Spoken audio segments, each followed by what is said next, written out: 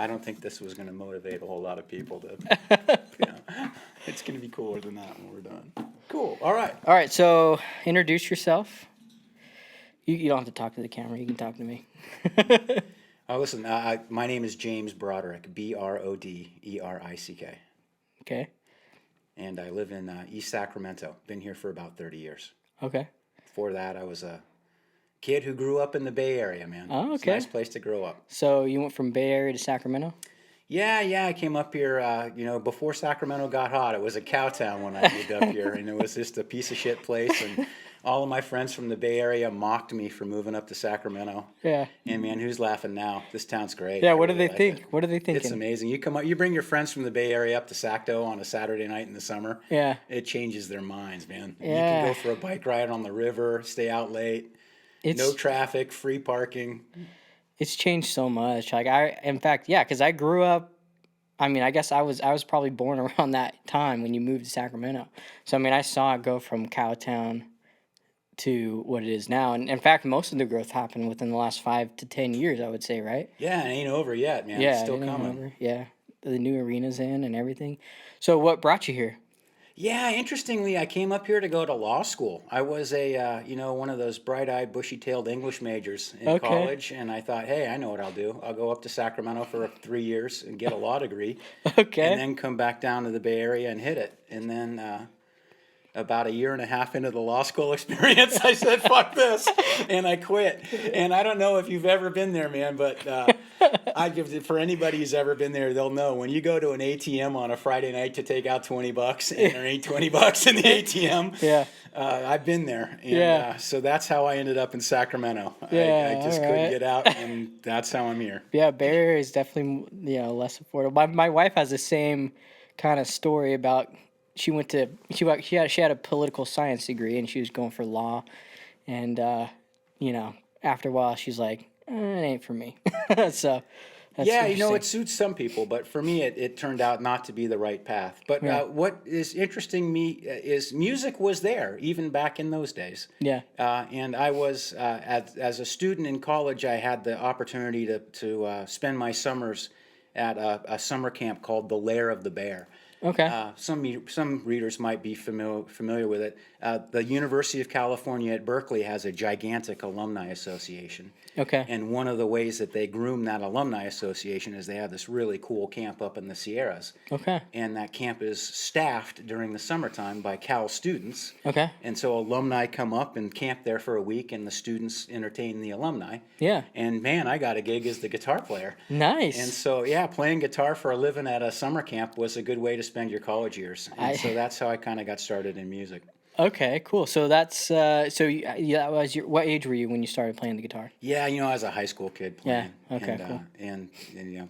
And it's never advanced, man. I ain't never been in bands. I never played in anything electric. I only play one instrument. So Yeah. I recognize this is a discussion for musicians, and I want to take pains to represent the musicians out there that don't aspire to be grand, that don't inspire many people from giant stages. Yeah. You can inspire people one at a time. Yeah. And that is every bit as powerful. And I think that's the message I want to relate today, is the excitement of Guitars for Vets, is that we provide a place where guitar players like me and you and anyone else out there can use our music positively to reach another person in pain. Yeah. And man, that's why I picked up the guitar in the first place. Yeah. So it's really a neat way to scratch the itch. Volunteer and help a vet learn how to play music. You know what's interesting is a thought that I have expressed on the podcast before is we use music quite broadly now to mean anything that has sound. But I think if you really dive deep into what music is, it's the collaboration of multiple beings and bringing notes together into a synchronicity that sounds beautiful to everybody else. Music is a performance, and I think we cross a fine line now that we can record so well and everything's digitized, everything's on, there's really a limited amount of you know, a lot of our musical experiences is through Spotify, which is all pre-recorded, and we don't really have to participate in that.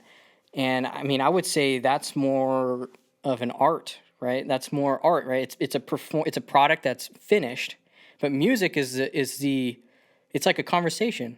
Music is a flow of two beings in a room trying to like kind of like this. We're just kind of dancing around each other. You have a thought, you express it through words. I have a thought, and we try to keep going down this road. And I think that to me is what music is. And we do it through instruments, we do it through talk, we do it through dance. You know, it's a flow. So And I really think that this moment in time is the moment for music to rise. yes, Because this moment in time is so divisive on so many levels. yeah, And yet, what I've discovered in just my 4 years of teaching veterans how to play guitar, they come from all walks of life, man. yeah, yeah. These guys do not share my Marin County hippie vibe. Right. They grew up in a lot of places, and they've seen a lot of stuff that I never had to see. Yeah, And so, on some levels, we're not compatible. yeah, yeah. But what's really cool is when you can sit down and play Merle Haggard together, or Yeah. you can sit down and play Johnny Cash together. Yeah. You can make a connection that transcends all of the noise, man. And Yeah. you can make a friend without even talking politics. And I Right. think this world needs that so badly. Yeah, it's definitely apparent that there's a divide. And, you know, I think it's funny. I think there's a shift right now in the psyche of humanity where we're starting to realize, like, we either got to work this out or it's going to go down a bad road, right? So I think, and that's one of the reasons I started the podcast was like I'd rather like talk it out through discussion and music and like figure it out. And like, I'd rather get in a couple arguments over the podcast than like go to war or something. Like, let's work it out, you know? Like, so that's kind of one of the reasons I think I think podcasts are becoming popular right now is because we as a nation, as a society, we need to talk these things out. And for some reason that we used to, like, back in the day, we used to go to church and we kind of figured we try to kind of discuss over religious terms, but, a lot of people aren't really into the religion and some of that became dogmatic. Now we're trying to find a new place where we can kind of discuss and work these ideas out without feeling threatened. Non-denominational. Exactly. Music Exactly. takes all comers, man. Non-denominational. Yeah. So that's what's beautiful about this movement. I think that's one of the reasons that, we connected and we became, I mean, this whole opportunity came about is because I think we're both kind of on that same wavelength, right? So Yeah, it's neat. I'm an insurance person, and Yeah. so I sometimes use some clumsy analogies. But to me, music is a little bit like an annuity. Yeah. In that you have put a ton of energy into it Yeah. to master the instrument, or at least get good enough at it that you can play it. Right. And at some point, you got to start taking some of that energy back out and paying it out into the world. Yeah. It's not just your own private little fiefdom there. Yeah. Start sharing that energy outward and Yeah. and use the art to make the world a better place. Yeah. You've got that ability. You just have to find the path. So what's your experience so far in this program? Do you have any cool students or? Oh my gosh! Yeah, tell me what's- Yeah, boy, Christian. The here's how the experience works in a nutshell, just so I can give you the background. I am the volunteer coordinator for Sacramento, and in Sacramento we have two different locations. One is at the Mather Air Force Base VA Hospital, and the other is at the Howe Avenue Vet Center, which is near Howe and Hurley.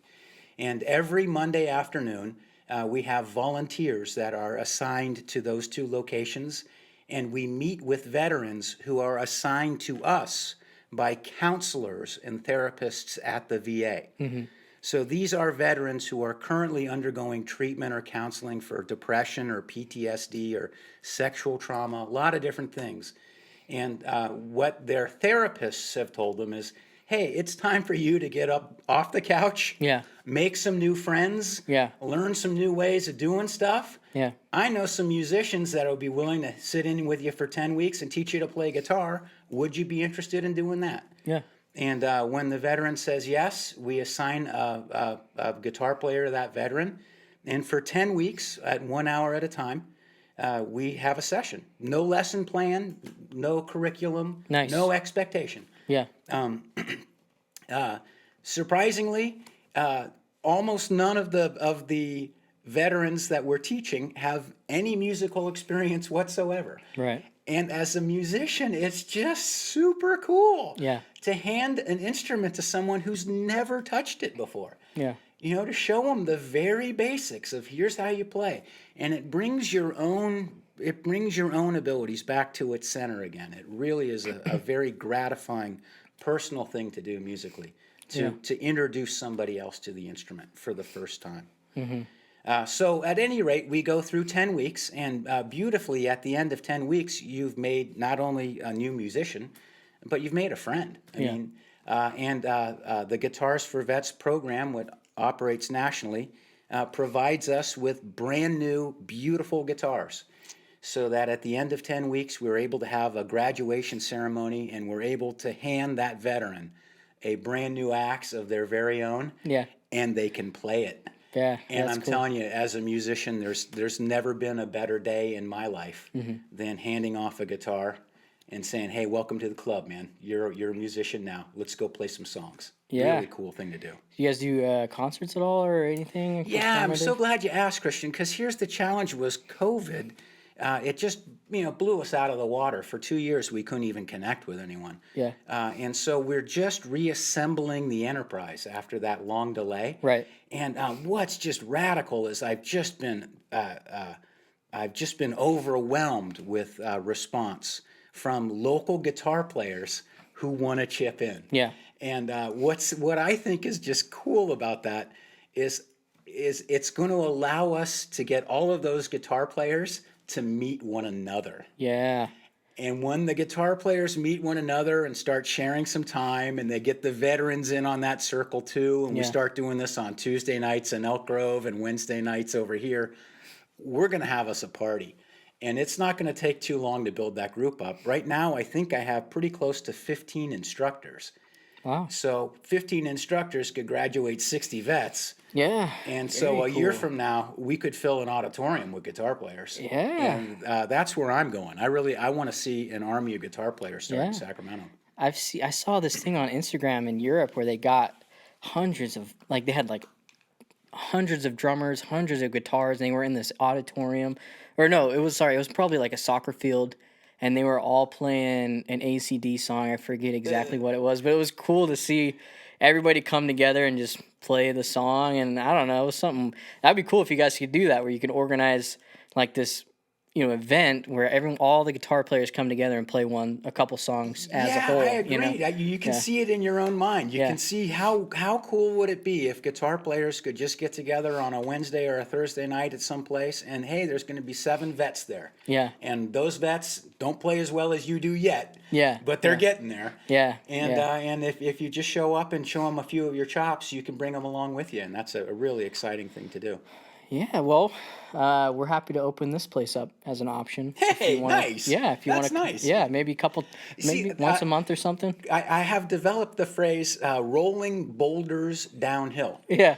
Because I have never been involved in anything in my whole life that has been as easy as this is. Yeah. I've never gone anywhere where somebody didn't say, "Hey, I'd like to help you with this." Yeah. That goes with the Casumnas Fire Foundation. That goes with Christian's podcast. Yeah. That goes with every vet that I've ever met.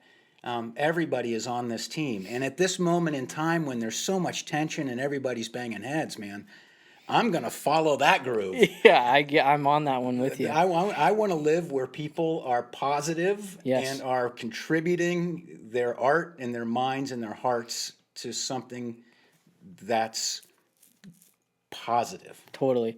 So let's go down that road with the fire department. What's that situation? Oh, gosh, that was just an amazing thing. Like I said, the rolling the boulders downhill. I told you, Christian, I've been in the insurance business for a long time as my profession. And that has given me the opportunity to underwrite hundreds and hundreds of firefighters. And when you underwrite a case, you have to look at their medical history to determine what kind of risk is involved in insuring them. And obviously, I've discovered that there's a great deal of trauma and challenge, depression, PTSD in the fire service. And so I was aware in the back of my mind that there was this challenge with the fire department, but it's also sort of my professional world. And Yeah. I kind of didn't want to mix my art, my music with my professional life. I kind of wanted to go in two different directions there. Right. And so when I saw the opportunity to help veterans deal with PTSD, Yeah. I said, hey, man, that's perfect. I can go live my life over here with the veterans, play my music with them, and then have my professional life over here with the firefighters, and all will be well. Yeah. So the amazing boulder starts rolling downhill Yeah. when my phone rings one day, and it's the Casumnas Fire Foundation, and they're having this terrific golf tournament, and they're asking me if heck, would Guitars for Vets like to be involved as a beneficiary in this tournament? Wow. And I'm just telling you, that's just an unbelievable thing. We've never had two nickels to rub together. I mean, Yeah. this is a 100% volunteer enterprise, and for the first time ever, thanks to Casumnas firefighters and all those wonderful people, we're going to have the opportunity to kick this thing into a whole new gear, and it's Yeah. going to be thrilling to do that. Yeah, that's awesome.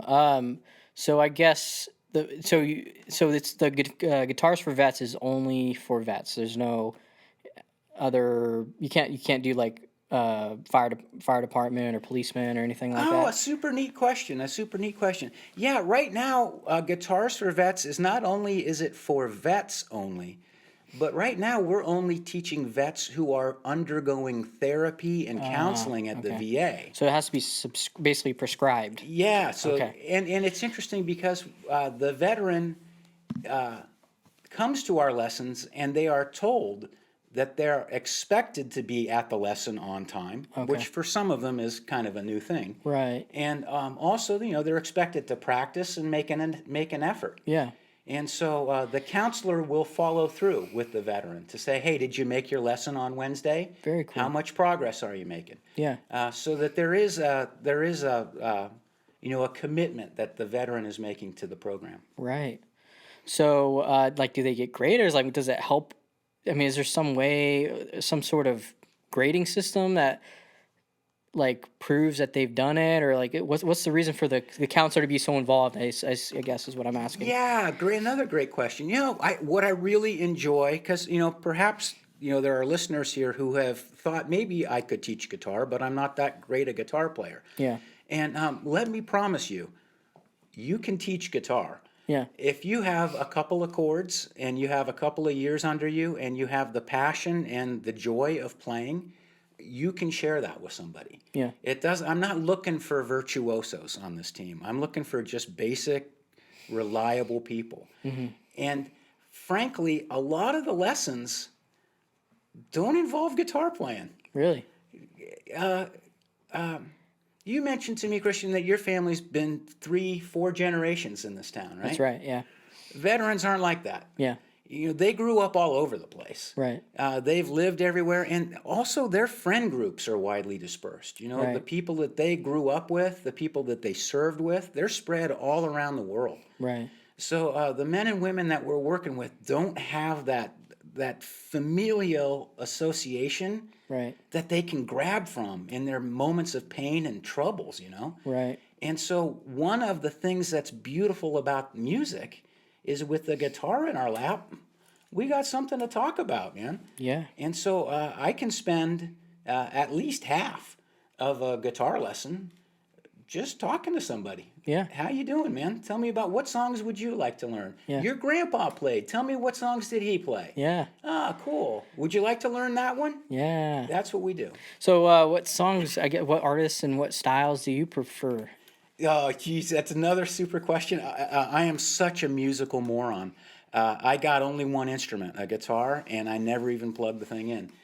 So nobody should ever expect me to be the entertainer. Yeah. I'm just the guy who really enjoys playing, and I also have the community building skills. I see. My life as a salesperson has given me the ability to connect with people and sort of build movements. So what do you listen to, I guess, when you're interested in listening to music? I mean, do you have a band that's your preference? Oh, gosh. Well, I just going to have to say, if you grew up in Marin County in Yeah. the 1980s, as I did, and you hit maybe 80, 90 Grateful Dead shows, Okay. that would probably be your wheelhouse. Okay. I never got into one of those. It's funny. The Grateful Dead I know they have quite a community. I've never got into them, but I'm afraid to. Yeah, the time may have come, but for a good long moment there, perhaps 30 years, that band and the train that followed it was just the time of your life, man. It was a gas. So you go to a couple concerts? Oh yeah, the summer times were spent chasing them around the country. Oh, no way. So you were one of the ones driving behind the yeah. truck. Yeah, Okay. yeah, that was fun. Well, that's fun. How long did that last? Oh, that was, in between those years of working at the Lair of the Bear and playing guitar at the summer camp and seeing Grateful Dead shows. Life was pretty good. I'm sure you have some good stories, huh? Yeah, that was fun. That was fun. So you have any particular veterans or stories from veterans that... Yeah, maybe, here's the challenge is, of course, we need to keep patient information confidential. Right. So I wish I could just glory you with all kinds of stories, but let me just give you one or two for instances here. Yeah. And You I can won't change use their any names or something. anything Yeah, like okay, that, but I had one just marvelous Marine, just an absolutely wonderful guy. And as a civilian, I never really appreciated the extent of the sacrifices that have been made by the people who've served our country. I mean, I know they got shot at, and that's no fun. And I know that they've dealt with all kinds of horrible experiences. What I didn't realize was how disruptive that was to their personal lives. This particular Marine had gone and served in Afghanistan honorably and had done his duty and had returned home when he had begun his life again and gotten married and started a family and found a job when a FedEx arrived and it was another deployment. Oh, wow. And we want you at Fort Ord in 48 hours, and that's that. Yeah. And that fella said the next thing he knew, he was back in a trench, and the bullets were flying over his head yet again. And this time around, it was a whole different story. It wasn't like the first time around. Right. And man, that guy came home, and he was really, really shaken. We're talking months and months in institutions, all kinds of chemicals in his system, no interest in doing much of anything. So I got to meet that beautiful person, and I got to sit down with him, and he didn't have a great deal of patience. Yes. For him, we kept things remarkably simple. But it's amazing what you can achieve with very simple steps in music. Yes. And by just doing some very basic exercises and moving the peg along a little bit at a time, man, we got that guy playing guitar. And at the end of 10 weeks, when I handed that veteran a brand new guitar, one of the best days of my life, man. Really cool. Really cool. Do you stay in touch with the veterans after they're through? Thanks for asking. Indeed, I do. Yeah. I really think it's important for them to know how much we care. And I hope that the Guitars for Vets ecosystem will expand from our 15 volunteer instructors right now to 100 instructors. And when we get to 100 instructors, I'm going to be able to take veterans like that guy that I handed that guitar to after 10 weeks, and I'm going to say, hey, here's 8 people you could call tomorrow. Nice. And you could sit in with them anytime you want and play music. And to be able to build that community, I think is going to be not only great for us musically, I think it's great for America. That's what I really want. I want the Marin County hippies to sit in with the Kentucky Marines. Yeah. That's where you make progress. So you started the chapter in Sacramento?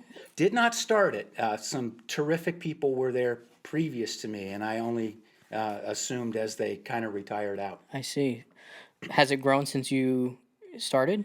Yeah, but COVID was such a kick in the balls. I mean, you just couldn't even get off the starting line. So we're really just getting things back up. Did you start as the chapter leader, or is that something you kind of worked into? Yeah, I just volunteered as an instructor, and then they said, "Hey, man, why don't you run the chapter?" I mean, there's only 5 guys. It's not like Okay, yeah. Okay, it's fine. Yeah, it's not like, interesting. oh yeah, you're the anointed one. Yeah. It's like, hey, you.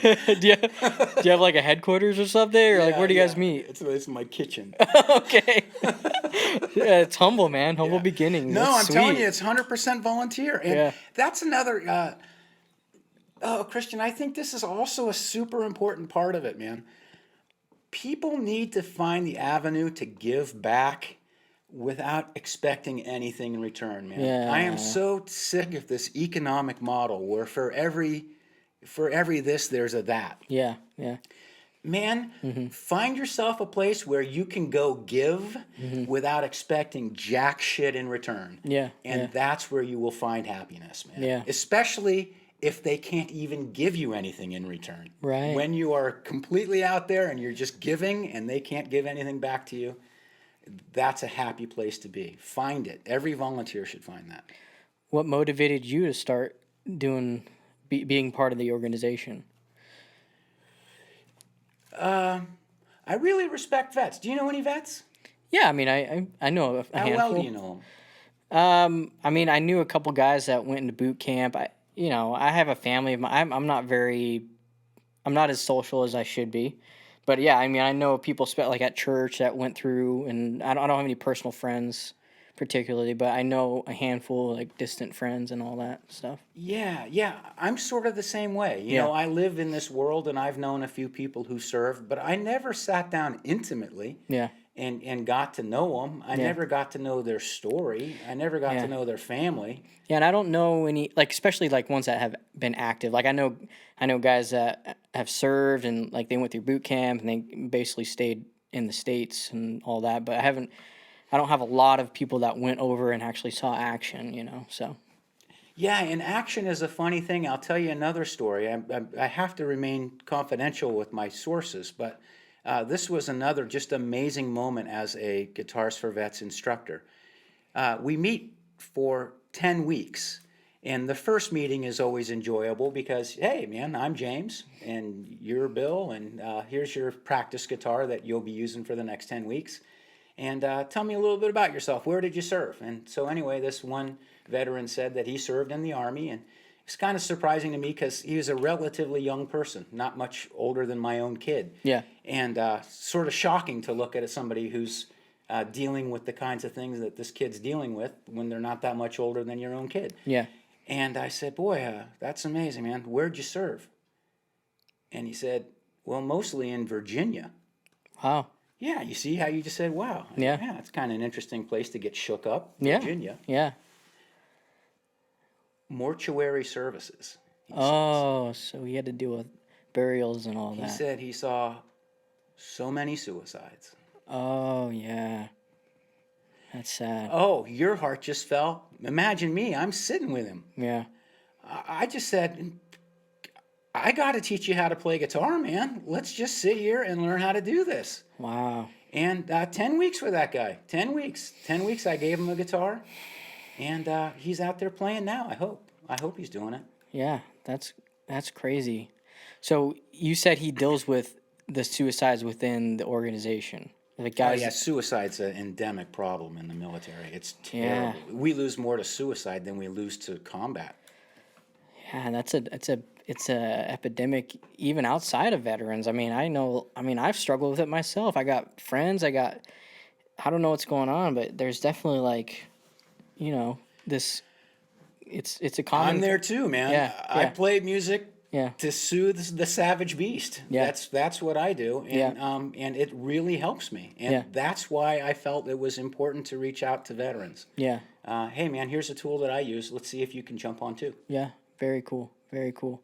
Yeah, and I think that's where these movements are really important. Is give meaning back to people. I think there's a lack of meaning. When everything gets reduced down to numbers seem pointless, right? But there's more. There's more to it.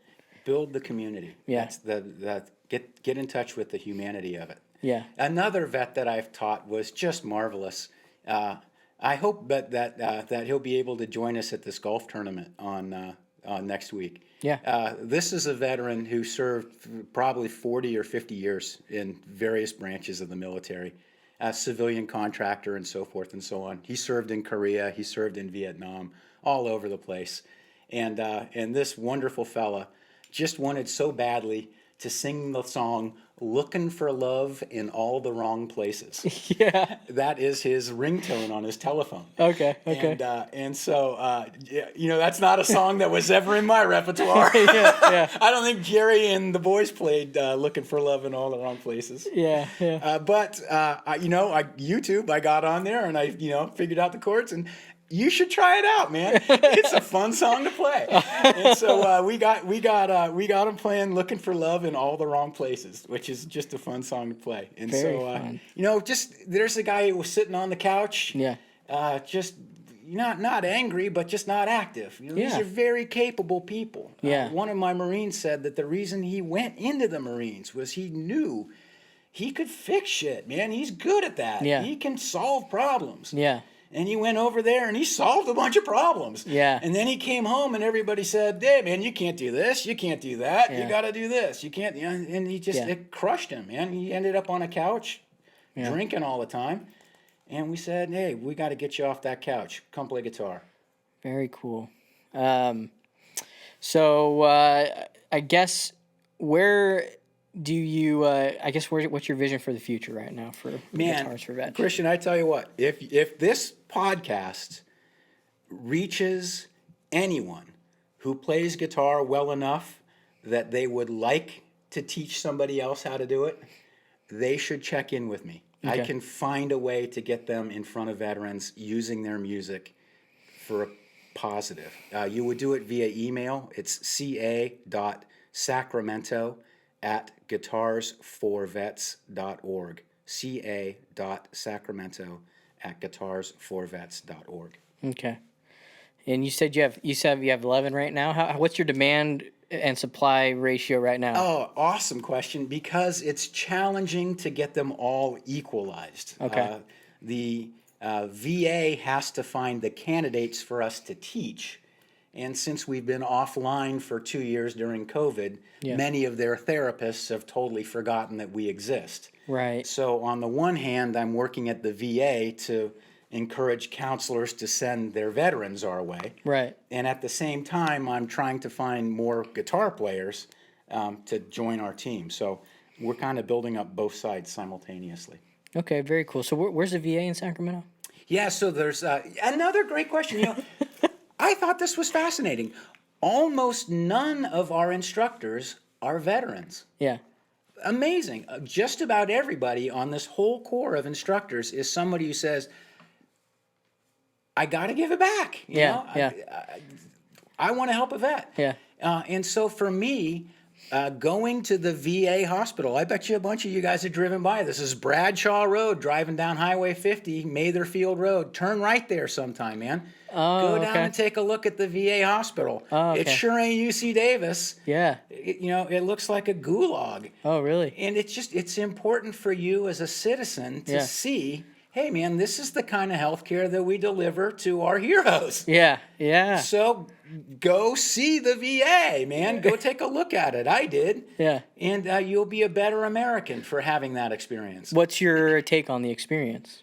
There's awesome people at the VA. One of the reasons that I am so passionate about this enterprise is it has surrounded me with incredible people. I mean, there's a lot of people that are sitting around in this world saying, "Shit, everybody sucks. Everybody's mad. I hate this guy, I hate that guy." Yeah. You're not walking in my shoes, man. I open up my emails every day. There's another message from another great citizen in this city who says, "Hey, I got an extra guitar I'd like to donate to the vets. Would you like it?" Very cool. I get those kinds of messages all the time. Yeah. I open up my email, "Hey, I got another message from another guitar player who wants to help us out. Love to meet that guy. Hey, here's a message from a guy, a radio station wants to give us some free promo time." Everywhere I go, it's rolling boulders downhill. So you've been on a handful of radio stations already? One phone call. I was really eager to get this group of instructors in one room at one time so that we could all see each other and interact with one another. Yeah. Because you can't do that by telephone or over Zoom. And so I made a call to this really killer place called The Bank. It's in downtown Sacramento. It's Okay. this fabulous big, it used to be the Southern Pacific Railroad's bank, so it's this giant marble vault. I It's think I know Oh, that. it's Okay. beautiful inside. It's Yeah. just an epic, giant I granite building. yeah, I know that building. Yeah. So listen, what I did is I call him. I said, "Hey, I'm James. I'm a volunteer. I teach veterans how to play guitar. Yeah. And I got this bunch of guitar players. We need a place to come on a Tuesday night just to practice guitar. Would you mind if we came in?" The bank says, "Man, we'd love to have a bunch of guitar players in here playing guitar on a Tuesday night, Yeah. helping the vets. You bet. You can have the whole building." Wow. So now I got the whole building at my disposal. I go, shit, I got to get some guitar players in there. Yeah. So I call the Eagle, right? I don't know anybody at the Eagle. Yeah. One phone call. I get this great lady, Andrea Bircher. She just says, "Man, you're helping vets. We are on it." And within 30 minutes, there's spots running on the Eagle saying, "Hey, Sacramento, if you play guitar, come down to the bank on Tuesday night." Wow. Rolling boulders downhill, man. It's telling you that's what it is. So that spot at the bank, that's for veterans and instructors, or is just instructors? That was a get to know me night. That Okay. was hey, the pandemic is over, and here's a whole bunch of new faces, and let's see. get this ball started again. Okay. But my hope is that we'll soon be doing those on a regular basis at multiple venues. Okay. Very cool. And so the players that you guys get together as a community of guitar teachers. Yeah. Okay. That's where the fun. I met some great guitar players, man. Yeah. Oh boy, there's some guys on this instructional corps that are lights out. Yeah. And so for me, I got I went from knowing like 3 guitar players. Yeah. To having like 60. Yeah. In my telephone. Yeah. And just like a couple of weekends ago, I was going, "Hey man, I've been playing guitar in my backyard by myself for all these years. Why don't I just text somebody?" And within 30 minutes, I got 3 guitar players over at my house. It's just great. Yeah. That's awesome. And I So didn't even know them. so you guys have like a time where you guys all meet together and talk about what's going on, or how do you instruct the instructors on how to instruct, and what's the process like for the instructor to mingle with the veterans, I suppose? Yeah, it's all coming together before our very eyes. I'm not sure that there is a process that's formally there. So it's very natural. Yeah, man, it's a bunch of guys sitting around in a circle playing guitar and telling stories. So do you guys go to the veterans' home, or they all come to wherever how does that work? So the formal lessons, which are 10 weeks long, occur at a VA facility. Okay. At the end of those 10 weeks, when we hand them their graduation guitar, then we can see them anytime, anywhere, anyhow. I see. And so we could say, "Hey, we're going to have a group of people meeting at, such and such a park on Tuesday." Yeah, like a reunion or something or something. Okay, that would be really cool. Yeah, there's, me and my wife, we like to explore the parks all over the place. We go, like, whenever I see a park, I note it on my map, and we go there with the kids. There's a lot of really good parks out there that have, like, cathedral, like, kind of like these auditorium setups where you could just, set up and do a little concert right there. Yeah, and what I love about one of the questions I always ask my veterans on lesson number 2 when they come in. Okay. How'd you feel carrying that guitar in here today? Oh, okay. Put a little spring in your step, didn't it? Yeah. It feels cool walking around on a guitar, doesn't it? Yeah, People look at you it different does, when you're walking around with a guitar. Yeah. And you know what? When you're sitting in a park with a guitar in your lap, that feels pretty good too, man. Yeah. So let's go sit in a park and play guitar. Yeah. And I agree. There's a lot of good parks in this town. We should put them to use. Yeah, for sure. So you guys do you do your lessons out in the park most of the time? Is that... Well, the official ones again are In at their the VA, VA that's right. facilities, but Yeah. the after lessons will be somewhere else. How often do they come back? Do they keep coming for more lessons? Well, after 10 weeks, I'm done with them. I gotta move on to a new vet. Okay. So after 10 weeks, they'll hopefully they'll find their way and latch on with somebody new. How many are you managing at the same time? Yeah, I personally am teaching three. Okay. So on Mondays, I spend, from 3 to 4, I'm visiting with one vet, from 4 to 5 another, and from 5 to 6 another. Okay. Very cool. So that's a pretty big load. Most of my other volunteers only teach 1 or 2 lessons per week, Okay. but it's flexible. We understand that the instructors are volunteers, Yeah. and so we work within their needs and schedules. Very cool. Are they mostly wanting rock and country? Oh, it's all across the board. Oh, It's okay. everywhere, Yeah, very cool. everywhere. But I guess here's the message that would be, my vision. If I can give you my vision, my vision is that every guitar player in this town just considers it their rite of passage, the thing that you do to get your wings as a musician is you teach a veteran how to play guitar. Yeah. That's where you reach the moment where you're doing something positive with your instrument and you're making the world a better place. How many of the veterans are interested in pursuing music further? Oh, almost everyone I taught stayed on the train. Really? Yeah, so some of them are making their way. A couple of them are doing follow-up lessons on their own and Yeah. making time with They, it. Yeah. they're writing songs and stuff, or what? Yeah, I got 1 or 2 that are interested in writing songs. Yeah. I got one guy who actually lived the life of Brad Paisley's "Whiskey Lullaby," if you know that song. It's a country song that I had never heard before, I don't but know it's that about one. as dark as they come. Oh, really? And yeah, the poor guy says, "Oh, I really want to learn this song." I go, well, "Okay, what song is it?" He goes, "Whiskey Lullaby" by Brad Paisley. You want to hear it? I Yeah. go, "Sure." Have you ever heard it? No, I haven't. I can't remember. I haven't. It's been a long time since I've been in country. Yeah. Well, so it's about a vet who comes home, finds his girl shacking up with another guy. Oh, okay. So he decides just to drink himself to death. Oh, that's tough. And so that's what this veteran wanted to learn on guitar was that song. Yeah. Wow. That's a good. I mean, that's crazy how deep. It's funny, like me particularly, when you listen to these songs, you watch these stories on TV from a distance, but it's interesting that like they're based on real people that are dealing with these things, and Yeah. it's tough. That's why Real you got to stuff. sit in with them, man. Yeah. They're not hypothetical when they're right next to you. Yeah. What kind of insights have you gained personally from dealing with these people?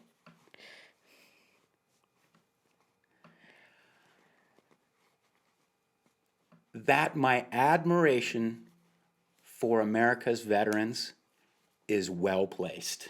Oh, okay. That you're not a dick to love this country. Good. Yeah. To love this country and want to give back to it Yeah. and want to support our veterans is a noble thing to do, even for Berkeley hippies. So figure out a way to get your art on that mission.